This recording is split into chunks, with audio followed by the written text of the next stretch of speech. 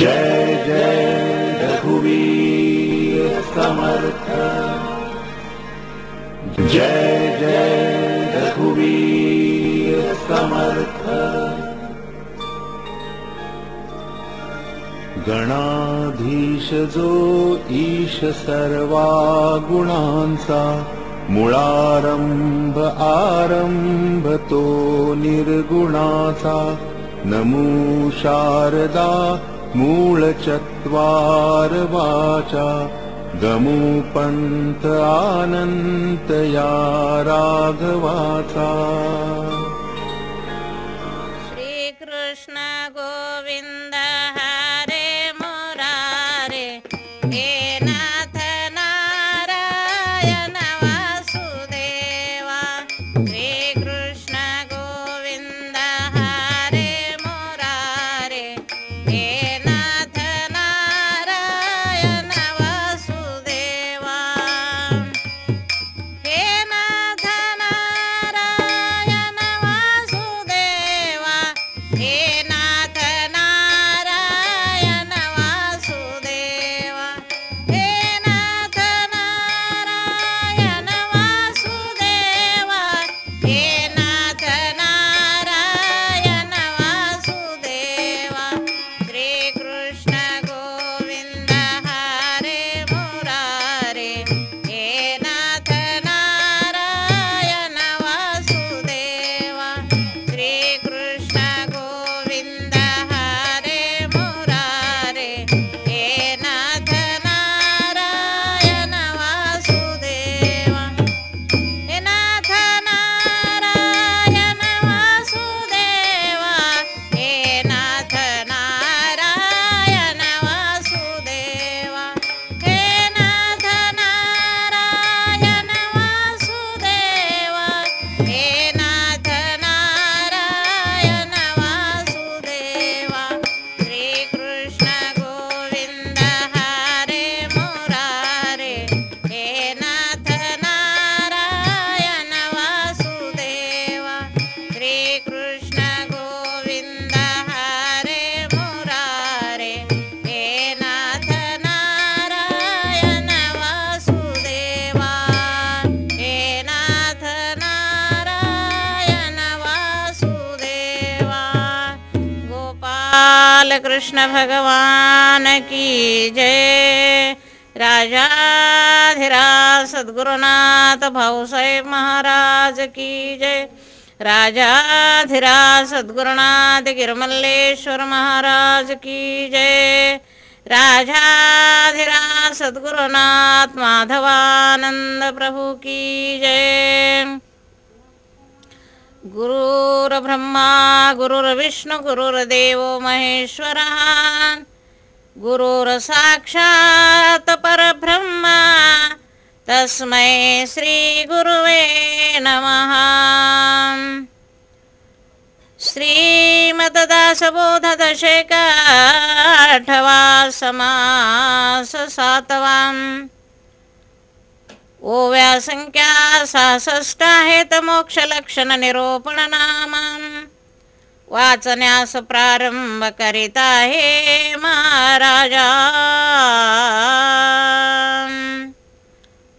श्री गणेशाय नमः, श्री सरस्वते नमः, श्री गुरुभ्यो नमः। मागा श्रोतयांचा पक्ष, किता दिवसा होतो मोक्ष। तेची कथा श्रोते दक्ष, होऊन ऐका। मोक्षास कैसे जाणावे, मोक्ष कोणास म्हणावे। संत संगे पावावे, मोक्षास कैसे। मागा श्रोतयांचा पक्ष, किता दिवसा होतो मोक्ष। तेची कथा श्रोते दक्ष, होऊन ऐका। श्रीराम समर्थ।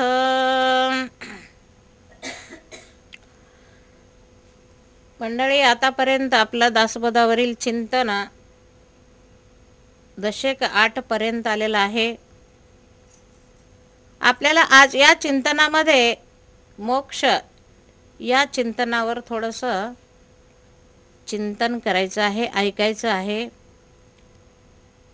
शब्दशः पाहिलं तर मोक्ष म्हणजे मोकळा झाला.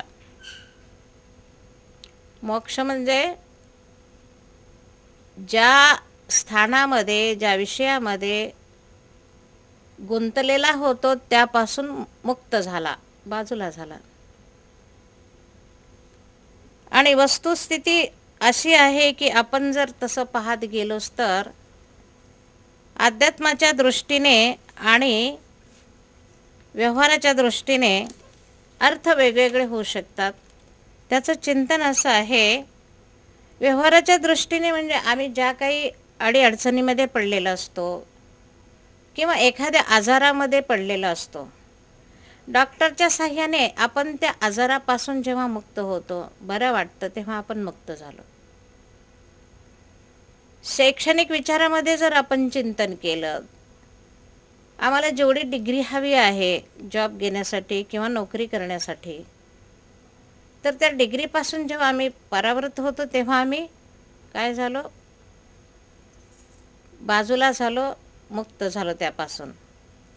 पण मोक्ष या शब्दाचा शब्दशः अर्थ जास्तीत जास्त अध्यात्माच्या दृष्टीने केला जातो. तो असा आहे, जो जन्मला तो शरीराच्या साह्याने आणि तो देहबुद्धीमध्ये गुंतला जातो. आणि गुंतल्यानंतर आता एक अशी गंमत केली भगवंताने, इंद्रियांच्या द्वारे सर्व काही ज्ञान आणि विषयांचा उपभोग घेण्यासाठी या शरीरामध्ये भगवंताने पंच ज्ञानेंद्रियाची व्यवस्था केलेली, पंच कर्मेंद्रियाची व्यवस्था केलेली. आणि याच्या साह्याने जीव काय करतो तर विषयालंपट होऊन जातो. विषयालंपट झाल्यानंतर याला ज्याच्यासाठी मानव देह प्राप्त करून घेतलेला आहे तो मार्ग चुकतो. म्हणजेच तो काय होतो, बद्ध बनतो. जीव काय बनतो, बद्ध म्हणजे अज्ञान. नको त्या गोष्टीकडे धाव घेणं, नको ती वस्तू खाणं, नाही ते कर्म करणं, म्हणजेच त्याचं एक अज्ञान आहे. परंतु वस्तुस्थिती आपल्याला शास्त्राने, वेदाने काय सांगितले की जीवाने मानवी देह प्राप्त करून घेतल्यानंतर सरासरी भक्ती मार्गामध्ये जावं, परमार्थ करावा, सत्संग करावा. आणि याच्यामध्ये जेव्हा जेव्हा आपण सत्संग करतो त्या सत्संगाच्या द्वारे या अज्ञानापासून तो मुक्त होतो. वेदाच्या, उपनिषदांच्या आणि संतांच्या सांगण्याप्रमाणे मोक्ष या शब्दाचा अर्थ या टप्प्याटप्प्याप्रमाणे आम्ही या विषयामधून, व्यवहारामधून, देहबुद्धीमधून जेव्हा बाजूला होतो, त्या बाजूला झाल्यानंतर आम्ही त्या सत्संगातील विषयामध्ये, नाममृतामध्ये रंगून जातो. नैवेद्य समर्पण करीत आहे अशा प्रकारची त्याची वागणूक असते. आणि मग देहबुद्धी म्हणजे आपल्या देहाला काही जरी इजा झाल्या तरी त्याचं लक्ष त्याच्याकडे नसतं. आता बद्ध आणि मोक्ष, मुक्त याचं एक आणखीन एका दृष्टांताने आपण सोडवून घेऊ. काही लोकांना एक सवय असते. काय सवय असते, पोपट असतो ना, पोपट, कोणी त्याला राघव म्हणतात, कोणी पोपट म्हणतात. त्या पोपटाला अगदी आवडीनं पक्षी आपल्या घरामध्ये असावं म्हणून पिंजऱ्यामध्ये त्याला कैद करतात, बंधन करतात. आता पक्षी हे स्वच्छंद निसर्गामध्ये वावरणारे आणि स्वच्छंद झाडावर बसून आवडीचे तसे फळं खाणारे आणि आपल्या ज्या काही इच्छा पूर्ण असतील तशा पद्धतीने ते फिरणारा पक्षी, असा स्वच्छंद विहार करणाऱ्या पक्षाला आमच्यासारखे काही मानव पिंजऱ्यामध्ये बंद करतात. तर तो पाप बिचारा कुठे जाणार, त्याला पिंजऱ्यामध्ये सगळं काही करायचं असते, खायचं त्याच्यातच, झोपायचं त्याच्यातच, उडायला तर येतच नाही. आणि पक्षाचा मूळ स्वभाव काय? पंख घेऊन उडणे, या झाडावरून त्या झाडावर जाणे, फळं खाणे. फार स्वच्छंद असणारा तो पक्षी, आणि त्याला आम्ही कैद करतो. काही दिवसाने त्याला वाटतं मी ह्याच्यातून कसा जाऊ, कसा बाहेर पडू, तो चिंतन करायला असतो. असं व्यवहारामध्ये सुद्धा जे काही सात्विक गुणाचे जीव असतात मानवी देहाला आलेले, त्यांना सुद्धा असं वाटत असते की आपण या विषयामधून, आपण या संसारामधून, या भवसागरामधून बाजूला जाऊन त्या भगवंताचं आत्मदर्शन कधी घेऊ. त्याच्यामध्ये जो आनंद आहे तो याच्यामध्ये नाही आहे, असं चिंतन करणारे बरेचसे आत्मे असतात. आणि त्याचं चिंतन थोडंसं पुण्याईच्या पायरीवर आल्यानंतर त्या ठिकाणावरून कीर्तनाला काही लोक चाललेले असतात सत्संगाला. मग थोडं थोडं पोपट बोलत असतो काही ठिकाणी. दादा, पप्पा, आई, बरेचसे शब्द आपण शिकवल्यानंतर तो पोपट बोलत असतो.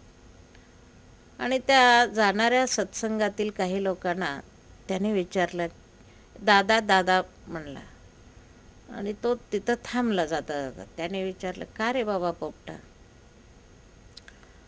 त्या महाराजांना विचारून या की माझी मुक्ती कधी होईल, या पिंजऱ्यामधून मुक्ती कधी होईल. त्याला सत्संगामध्ये झाल्यानंतर ठीक आहे बाबा म्हणला, मी विचारीन महाराजांना. कीर्तन संपलं, सत्संग संपला. परत येताना तो त्या पोपटाजवळ जाऊन सांगायचे म्हणून. आता मिठी तर गर्दी तर फार, मोठे मोठे साधू आल्यानंतर दर्शनासाठी खूप गर्दी असते. तरी उशीर झाला तरी आणि जाऊन आपला नमस्कार केला आणि सांगितलं, महाराज असं असं एक पिंजऱ्यामध्ये पक्षी आहे आणि त्या पक्षाने तुम्हाला विचारले की माझी यातून मुक्ती कशी होईल. मग त्या महाराजांनी तोंडाने न सांगता काय केलं, डोळे मिटले आणि मान टाकून बसले. डोळे मिटून मान टाकून बसलेत म्हणल्यानंतर आता काय सांगायचं. बराच वेळ तो उत्तर आलं नाही, नमस्कार करून निघून गेला.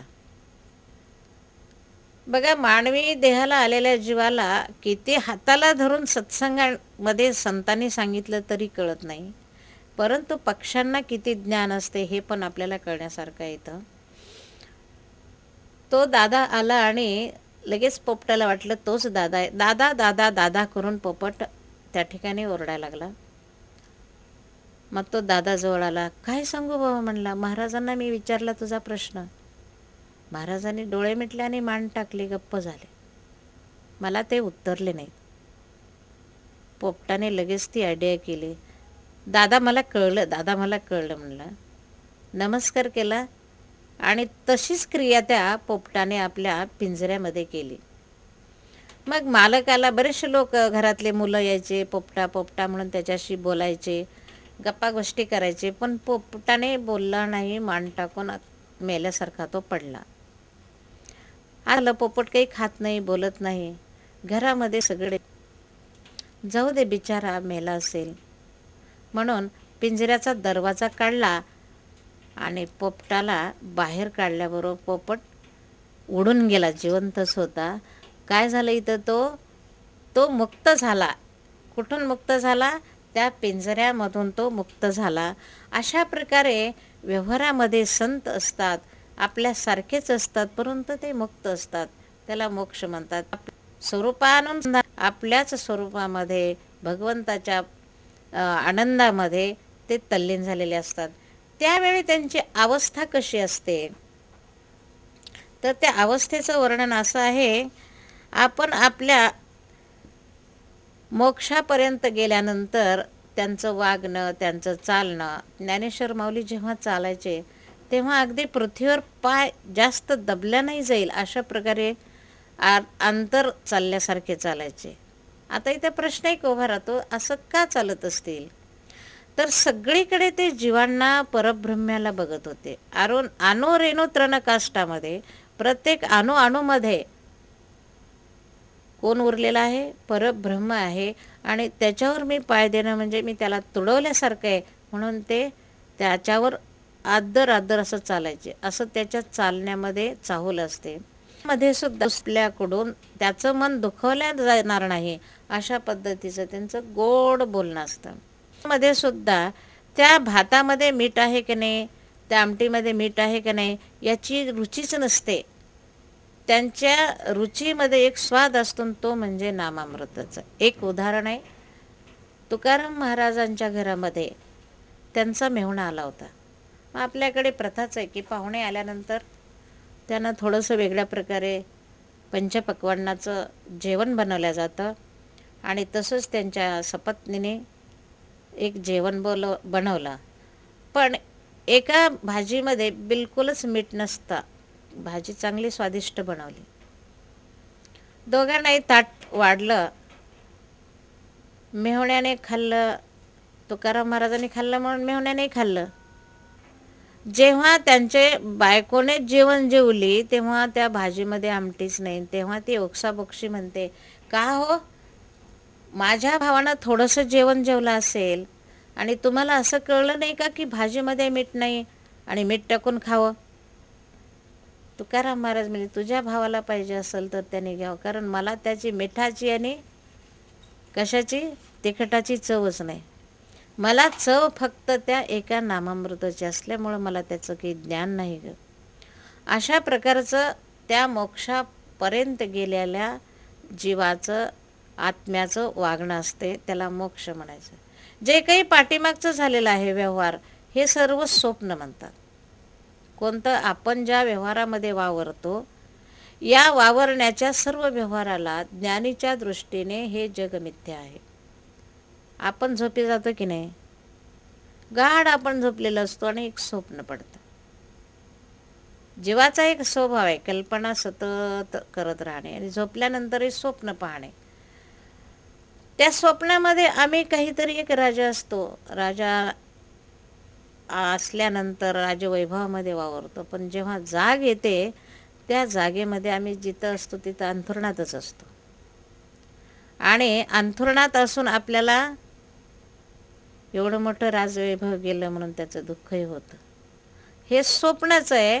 तसं ज्ञानीच्या दृष्टीने आपण बघत असणारं जे काही दृश्य आहे, हे दृश्य काय आहे, स्वप्न आहे. या स्वप्नातून जे आपण पुढे जातो त्याला म्हणायचं मोक्ष. मोक्ष म्हणजे मुक्ती. मुक्ती म्हणजे या बंधनामधून आपण पुढे गेलो त्यानंतरचा जो काही दशक आहे, मोक्षाच्या पुढे आपल्याला पुढची अवस्था काय प्राप्त होते त्या दृष्टीने ते सांगतात की आपण जर पुढे गेलो तर त्यानंतर मोक्षानंतर एक अवस्था जी आहे तिला सिद्धावस्था म्हणतात. त्या सिद्धावस्थेमध्ये काय सांगतात त्याने की जन्म नाही, मृत्यू नाही, येणे नाही, जाणे नाही, मोक्ष बद्ध दोन्ही नाही, परमात्मयासी. या ठिकाणी निर्गुण निराकार असणारा परमात्मा, या परमात्म्याशी त्याचं काय झालेलं आहे, एकात्मता साधल्यामुळे मग त्या ठिकाणी जन्म नाही, मृत्यू नाही, तो सदा सर्वदा आनंदी वृत्तीमध्ये असतो. म्हणून ज्ञानेश्वर माऊलीने त्या अवस्थेत गेल्यानंतर एक अभंग लिहिलेला आहे, आनंदुरे आजी आनंदुरे, सभाय अभ्यंतरी परमानंदुरे. काय म्हणले, सभा अभ्यंतरी सगळीकडे आनंद मला एकाच ठिकाणी नाही, एकाच वेळी नाही, रात्रीच नाही किंवा अर्धा तासाचा नाही. आपण देवदर्शनाला जातो ना, किती एक क्षणभर आम्ही देवाकडे बघतो, तसं नाही म्हणतात. अखंड अक्षय अपरंपार असणारा आनंद जो आहे ती अवस्था मला आज प्राप्त झालेली आहे, त्याला म्हणायचं सिद्धावस्था. अशा परमात्म्याची सर्व व्यापकता किती आहे तर अतर्क्य आहे, आपल्याला त्याचा तर्क करता येणार नाही. अशा पद्धतीची जी काही अवस्था आहे आणि त्या अवस्थेला अद्वैत अवस्थाही म्हणतात. दोन असं त्याच्या ठिकाणी दिसतच नाही. उदाहरणार्थ घेऊ, एका स्त्रीला एक 10-12 लेकरं असतात. त्या लेकरांना एखादा दारू पिणारा असतो, एखादा इंजिनियर असतो, एखादा डॉक्टर असतो, वगैरे वगैरे काही असतील. मग दारू पिणाऱ्यावर तिनं अति प्रेम करावा का कमी करावं? ज्या आई झालेल्या आहेत त्यांना ठाऊक आहे की सर्व लेकरं तिला समान असतात आणि एखाद्यानं जर विचारलं किंवा एखादा मुलगा म्हणला, आई तो दारू पिते त्याला घरात येऊ द्यायचं नाही, ती अगदी किविलवाणी म्हणते, नको रे, उद्याच्याला तो सोडील. थोडंसं लोकांच्या संगतीमुळे तो घसरलेला आहे, पण तो माझा आहे, तुझा भाऊ आहे. अशी जी काही अवस्था असते ते अद्वैत अवस्था त्या साधूची, त्या जीवाची सिद्धामध्ये झालेली असते. म्हणून त्याला द्वैत काही दिसत नाही, सर्व समान दिसतं, समदृष्टी त्याच्या ठिकाणी येते. म्हणून आपल्या व्यवहारामध्ये असून सुद्धा त्याची वाणीसुद्धा एकदम ॲक्च्युअली घडलेली कथा आहे. आणि गेल्यानंतर म्हणले, ओ माझ्या बाप्पा, आमचा हा मुलगा मेलेला आहे आणि तुमच्याकडे खूप वाकसिद्धी आलेली आहे म्हणे, तर आमच्या या मुलाला जिवंत करता का मेलेला आहे. महाराजांनी म्हणाले, मेलाय का, माती करून या. अशी टवाळी जर करायला गेलं तर त्यांच्या वाक्यामध्ये इतकी पावर असते. आणि खरोखरच ॲक्च्युअली तो जिवंत असलेला मुलगा टवाळी करायला गेल्यानंतर सुद्धा या ठिकाणी मृतप्राय झाला. त्याची जी करायची ती माती अंत्यक्रिया केली. अशाच प्रकारे तुकाराम महाराजांना वेडा तुका म्हणत टवाळी करायला गेले. आणि देहू गावाच्या परिसरामध्ये एक विहीर होती. त्या विहिरीमध्ये एक झोटिंग नांदत होता. झोटिंग म्हणजे मोठं एक पिशाच्य योनी. एक भर आमुष्याच्या रात्री 12 वाजता तुक्याला म्हणाले, पोरं, त्या झोटिंगच्या विहिरीचं पाणी आणायला लावू बरं का आपण. मग तुकाराम महाराज रस्त्याने जात असताना दुसऱ्या दिवशी आमुष्या आहे, ए तुक्या इकडे म्हणले. त्यांना तुक्या म्हणलं काय आणि तुकाराम म्हणलं काय. सिद्ध अवस्था अशी असते की त्याला द्वैत काही दिसतच नाही. जवळ गेले आणि विचारलं, का रे बाबा, काय सेवा आहे का. तेव्हा त्याने सांगितलं की आम्हाला का नाही ते झोटिंगची विहीर आहे ना, त्यातलं पाणी हवं आहे उद्या 12 वाजता. तुकाराम महाराज मला पाय सोडायचा पूर्ण विहीर भरून. आता तुक्याला झोटिंग खाऊन टाकते म्हणले, एकटाच चाललेलं आहे. महाराज बिनधास्त सिद्धावस्थेमध्ये होते. सगळीकडे अद्वैत परब्रह्माला, विठोबाला पाहणारी मूर्ती. धाड धाड धाड पायऱ्या उतरून गेले. पाण्यात घागर बुडवली. बुडबुड असा आवाज आला. झोटिंगाने वर बसून एवढे लांब लांब पाय त्याच्या डोक्यावर ठेवले. कुणाच्या? तुकाराम महाराज.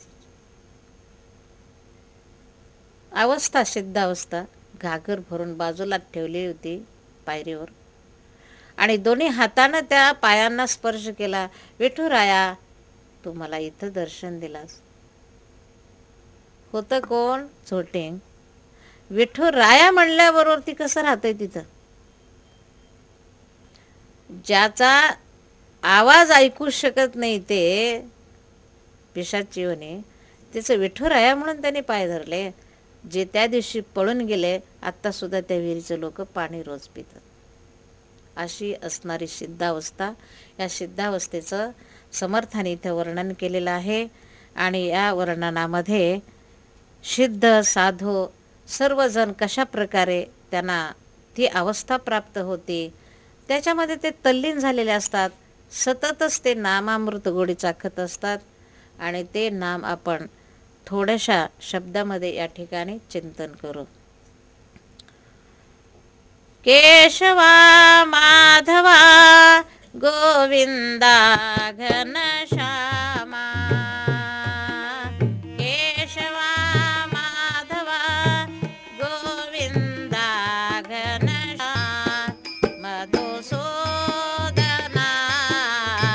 जय जय जय श्रीरामा. मधुसूदना जय जय जय श्रीरामा. जय जय जय जय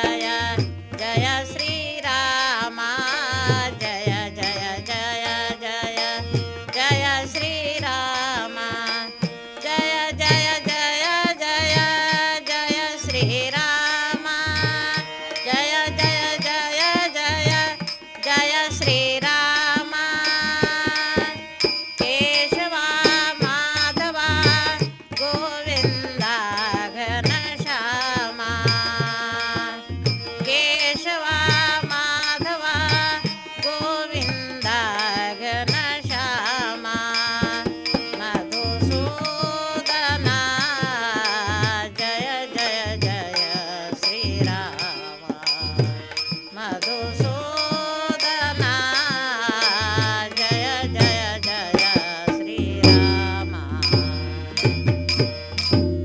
अशा प्रकारे सतत नामामृतामध्ये तल्लीन झाल्यानंतर माणसाला जीवाला काय होतं तर मोक्षप्राप्ती होते. शून्यत्व निरसन होतं. शून्यत्व निरूपण म्हणजे जे काही अज्ञान आहे, बद्ध आहे जीव, त्याच्यातून मुक्त होणे म्हणजे सिद्धावस्था. अशा प्रकारे सिद्धावस्था प्राप्त करता येते. परंतु आपण सततच त्या सद्गुरूच्या सान्निध्यामध्ये राहिल्याने त्या अवस्थेला प्राप्त करता येतं. यथार्थी केव्हाही जीवाला तिथंपर्यंत जाता येत नाही. कारण बाराकळी सूर्य जरी प्रकाश देत असला तरी ते दिसणार नाही. डिपार्टमेंट तिकडे दिलेलं आहे. आपण मर्क्युरीच्या 10-15 लाईट जरी लावलेल्या असल्या आणि आपण ते आत्मस्वरूप पाहण्याचा प्रयत्न केला तरी तो सुद्धा प्रकाश आपल्या पुढे भगवंताचा पडणार नाही. परंतु सद्गुरूच्या सान्निध्यामध्ये, सत्संगाच्या सान्निध्यामध्ये आणि सद्गुरूच्या वचनाप्रमाणे आपण या जीवाने जर वर्तणूक केली तर मात्र त्या अर्जुनाने जसं केशवाचा सातत्याने संग केला होता, भगवंत कुठेही असो, कोणत्याही ठिकाणी असो, त्याचा सतत ते केशवा केशवा श्रीकृष्ण श्रीकृष्ण निजध्यास त्यांना होता. त्याचा एक दृष्टांत आहे. अर्जुनाचा एक केस सुद्धा एका मिनिटामध्ये 80 वेळा कृष्ण कृष्ण म्हणत होता आणि एक नाडी एकदा ठोका कृष्ण म्हणून 2 वेळा कृष्ण कृष्ण म्हणून ठोका टाकायची. म्हणून कृष्ण देहाने कुठं जरी असला तरी त्याच्या घोड्यांना सुद्धा चारा वैरण करण्याचं सेवा कार्य तो करत होता. कारण कृष्ण म्हणजे अर्जुन, अर्जुन म्हणजे कृष्णमय होऊन गेलेला होता. अशी सिद्धावस्था आपल्याला प्रत्येक मानवी देहाला आलेल्या जीवाला करता येते, असं हा दशकातील चिंतन आपल्याला या ठिकाणी सांगत आहे. याच्या पुढे जाऊन हा दशक या ठिकाणी पूर्ण झालेला आहे. राजाधिराज सद्गुरुनाथ समर्थ रामदास स्वामी महाराज की जय. जय जय रघुवीर समर्थ. सत्य प्रेम करुणा हरि ओम माधवा. सत्य प्रेम करुणा